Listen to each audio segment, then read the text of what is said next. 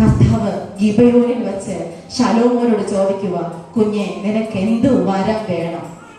ഇദ്ദേഹം പറയുന്നത് കർത്താവിനെ വല്ലാതെ ബോധിച്ചു. എന്താ പറഞ്ഞെന്നറിയാമോ?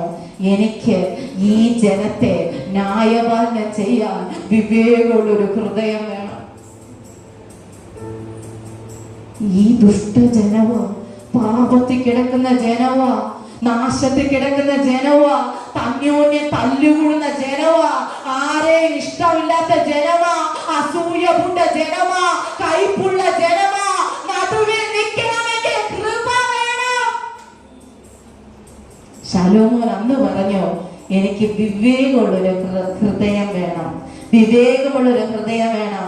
എന്റെ കർത്താവ് നിന്നെ അങ്ങ് പ്രസാദിച്ച ദൂത്, കർത്താവ് യൂട്യൂബിലായിരിക്കുന്ന പ്രിയ ദൈവമക്കളെ, പരിശുദ്ധാത്മ നിങ്ങളോട് പ്രവചിക്കാൻ പറയുന്നു, കർത്താവ് നിന്റെ വഴിയിൽ പ്രസാദിച്ച, നീ ചോദിക്കുന്നത് മാത്രമല്ല, ദൈവം അഡീഷണൽ കൂടെ തരുന്ന ദൈവമാണ്. നീ ചോദിച്ചത് മാത്രമല്ല, അഡീഷണൽ കൂടെ കർത്താവ് തരുക. നീ നിലച്ചതല്ല, നീ ചിന്തിച്ചതല്ല, അതിനപ്പുറമായി സ്വർഗ്ഗത്തിന്റെ പടകിനെ നിറയ്ക്കാൻ തുടങ്ങുക. വിശ്വസ്തയോടെ നിന്നാ മതി കേട്ടോ, തളർന്നു പോകാതെ നിന്നാ മതി, പിന്മാറി പോകാതെ നിന്നാ മതി. ആരുടെയൊക്കെ പരിശുദ്ധമോ പറയുന്നു, പിന്മാറി പോകാൻ സാധ്യതകൾ വെളിപ്പെടുമ്പോ പിന്മാറി പോകാതെ നീ നിൽക്കാൻ തയ്യാറാണെങ്കിൽ നിന്നെ കർത്താവ് മാനിക്കാൻ തുടങ്ങും.